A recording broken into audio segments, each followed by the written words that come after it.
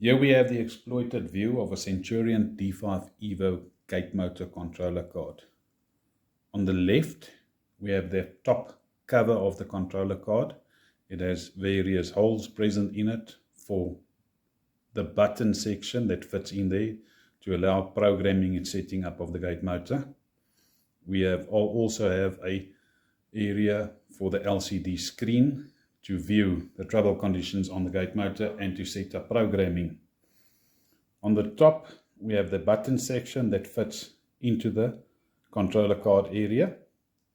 To the right, we have the rear section of the controller card, which prevents the controller card from being short-circuited onto any metal surfaces. We have a 30 amp motor fuse that plugs into the controller card.